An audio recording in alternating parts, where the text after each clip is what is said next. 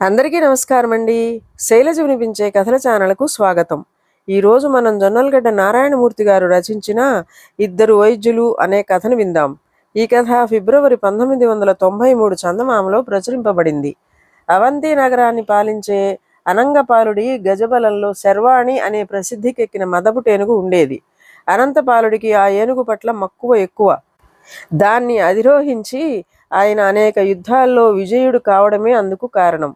ఒకనాడు అనంతపాలుడు శర్వాణి మీద సుఖాసీనుడై నగరం వెలుపల గల ఉద్యానవనానికి విహారానికి బయలుదేరాడు. ఉద్యానవనం దరిదాపుల్లో ఉందనగా శర్వాణి ఉన్నట్టుండి ప్రళయకాల జంఝామారుతంలాగా పెద్దగా ఘీంకారం చేస్తూ 4 కాళ్ల మీద చతికిలబడిపోయింది. అనంగపాలుడు అంబారీలో నుంచి కిందికి దుమికి ఏనుగుకు ఏమైందో చూడమని మావటివాడిని ఆజ్ఞాపించాడు. శర్వాణికి అంత అర్ధంతరముగా ఏమి ఉంచుకు వచ్చిందో వారికి అంతుపట్టలేదు. రాజు పశుపక్షాదులకు కూడా వైద్యం చేయడంలో సిద్ధహస్తుడు అనిపించుకున్న రాజవైద్యుడు శివశర్మను పిలిపించాడు. శివశర్మ ఏనుగును పరీక్షించి అనంతపాలుడితో, మహారాజా, ఇది ప్రాణులన్నింటికీ చాలా అరుదుగా వచ్చే సర్వాంగ కుంచితం అనే మహావాతమని నాకు అనిపిస్తున్నది. ఈ వ్యాధి వచ్చిన జీవి బతకడం అన్నది అసాధ్యం. నేను ఈ మధ్య ఒక ప్రాచీన వైద్య గ్రంథంలో దీనికి చికిత్స వివరించి ఉండడాన్ని చూశాను. కానీ అది విశేషమైన వ్యయ ప్రయాసలతో కూడిన పని అన్నాడు. ఈ ఏనుగు కోలుకొని తిరగడం నాకు ముఖ్యం. ఆ చికిత్స ఏదో ప్రారంభించండి అన్నాడు అనంగపాలుడు. శివశర్మ ఆ ప్రదేశంలో డేరాలు వేయించి అక్కడ విడిది ఏర్పాటు చేసుకుని ఏనుగుకు చికిత్స మొదలుపెట్టాడు.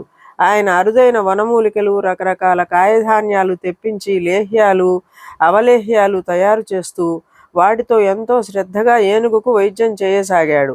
1 రోజులు గడిచిన ఏనుగు శరీర స్థితిలో మార్పేమీ రాజుకు కనిపించలేదు.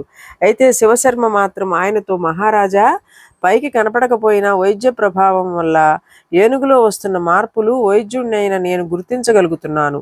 మరికొద్ది రోజులలో ఇది మునుపటిలాగా లేచి తిరగగలదన్న నమ్మకం నాకున్నది అన్నాడు. ఇది విని అనంతపాలుడు చిరాగ్గా ఏదో అనబోయేంతలో అక్కడ చేరిన జనంలో నుంచి ఒక వ్యక్తి ముందుకు వచ్చి, మహారాజా, ఇంతవరకు జరిగిన చికిత్స వల్ల ఏనుగుకు చెప్పుకోదగిన మేలు కలిగిందని నేను అనుకోను. నాకు అవకాశం ఇప్పించారంటే దీని వ్యాధి నేను త్వరలో కుదర్చగలను అన్నాడు. అనంగపాలుడు ఆ వ్యక్తి కేసి చూశాడు. అతడు వినయంగా రాజుకు నమస్కరించి, మహారాజా, నా పేరు జీవకదత్తుడు, నేను వైద్యుణ్ణే అన్నాడు. వెంటనే శివశర్మ కలుగజేసుకుని, ఇతడు కొన్నాళ్ల పాటు నా దగ్గర వైద్యం నేర్చుకునే ప్రయత్నం చేసి నా చేత వైద్య వృత్తికి పనికిరాడని పంపబడ్డవాడు అన్నాడు. అనంగపాలుడు కొంచెం సేపు ఆలోచించి, ఏ పుట్టలో ఏ పామున్నదో ఇతడు చేయగలిగింది కూడా చూద్దాం అని జీవకదత్తుడికి ఏనుగుకు చికిత్స చేసేందుకు అనుమతినిచ్చాడు. అప్పుడు జీవకదత్తుడు రాజుతో, ఈ ఏనుగు కంటికి ఆనేంత దగ్గరలో తటాకం ఒకటి తవ్వించండి మహారాజా, దాని నిండా తామర తూండ్లు తెప్పించి వేయండి. తటాకం గట్ల చుట్టూ అందమైన చెట్లు, పుష్పలతలు నాటించండి అన్నాడు ఎంతో వినయంగా. అనంగపాలుడు ఆశ్చర్యపోయి, ఇదేనా నువ్వు చేయబోయే చికిత్స అని ప్రశ్నించాడు. జీవకదత్తుడు అవునన్నట్లు తల ఊపి, కొద్ది రోజుల్లో తమరు ఆ చికిత్సా ఫలితాన్ని చూడగలరు అని జవాబిచ్చాడు దృఢమైన స్వరంతో. రాజు జీవకదత్తుడు అడిగినట్లే వారం తిరక్కండా పెద్ద తటాకం తవ్వించాడు. ఆ తర్వాత జీవకదత్తుడి కోరికపై రోజు గజశాల నుంచి కొన్ని ఏనుగులను మావటి వాళ్ళు ఆ తటాకం నీటితో స్నానం చేయించేందుకు తోలుకుపోసాగారు. ఇలా 10 రోజులు గడిచాక జీవకదత్తుడు రాజును తటాకం దగ్గరికి తీసుకుపోయాడు. అక్కడి దృశ్యం చూసి అనంతపాలుడు తన కళ్ళను తానే నమ్మలేకపోయాడు. తటాకంలో శర్వాణి ఇతర ఏనుగులపై నీళ్లు చిమ్ముతూ ఘీంకారాలు చేస్తున్నది. ఎలాంటి చికిత్స చేశావో గాని శర్వాణి పూర్తిగా కోలుకున్నది. రేపు నిండు సభలో నిన్ను ఘనంగా సత్కరించదలిచాను, వచ్చి కనబడు అన్నాడు రాజు. దాపున ఉండి ఇది విన్న శివశర్మ, మహారాజా, కష్టపడి రాత్రింబవళ్ళు ఏనుగుకు వైద్యం చేసి స్వస్థత కలిగించిన వాణ్ణి నేను. ఇన్నాళ్లకు నేను వాడిన మందులు పనిచేసి శర్వాణి మిగతా ఏనుగులతో తిరగగలుగుతున్నది. ఇందులో జీవకదత్తుడు చేసిందేమీ లేదు. తమ సత్కారానికి అర్హుణ్ణి అన్నాడు. జీవకదత్తుడు అందుకు ఒప్పుకోక, నేను అవలంబించిన ప్రక్రియ వల్లనే ఏనుగుకు స్వస్థత చేకూరింది, శివశర్మ చేసిన చికిత్స వల్ల కాదు అంటూ వాదనకు దిగాడు. అనంగపాలుడు ఎటూ నిర్ణయించలేక, సరే, మీరిద్దరూ రేపు సభకు రండి, మీ వివాదాన్ని పరిష్కరిస్తాను అని చెప్పి వెళ్ళిపోయాడు. మర్నాడు నిండు సభలో ఆయన వైద్యులు లేవదీసిన వివాదాన్ని ప్రస్తావించి ఏనుగుకు స్వస్థత కలిగించిన వాళ్ళు ఆ ఇద్దరిలో ఎవరో చెప్పమని అడిగాడు. ముందుగా సుబుద్ధి అనే మంత్రి, మహారాజా, శివశర్మ ఇచ్చిన మందుల ప్రభావం వల్లనే ఏనుగు లేచి తిరగగలుగుతున్నదనడంలో సందేహం లేదు అన్నాడు. సుకీర్తి అనే మరొక మంత్రి, మహారాజా, చచ్చినట్లు పడి ఉన్న ఏనుగుకు ఉత్తేజం కలిగించడానికి జీవక దత్తుడు కల్పించిన కొన్ని పరిస్థితుల వలన మాత్రమే దాని వ్యాధి నయమయ్యిందని నాకు అనిపిస్తున్నది అన్నాడు. మంత్రులకెల్లా చిన్నవాడైన శశిధరుడు మాత్రం, మహారాజా, వైద్యులిద్దరైనా ఏనుగుకు జరిగిన చికిత్సను మాత్రం విడివిడిగా కాక ఒకటిగానే చూడాలి. అందుచేత తమరు చేసే సన్మానానికి ఇద్దరూ అర్హులే. నేనిలా ఎందుకంటున్నానో ఒకసారి ఆలోచించి చూస్తే తమరికే అర్థమవుతుంది అన్నాడు. అనంగపాలుడు కొంచెంసేపు ఆలోచించి, అవును, శశిధరుడు అన్నది అక్షరాలా నిజం. నేను వైద్యులిద్దరినీ సమానంగా సత్కరించదలిచాను.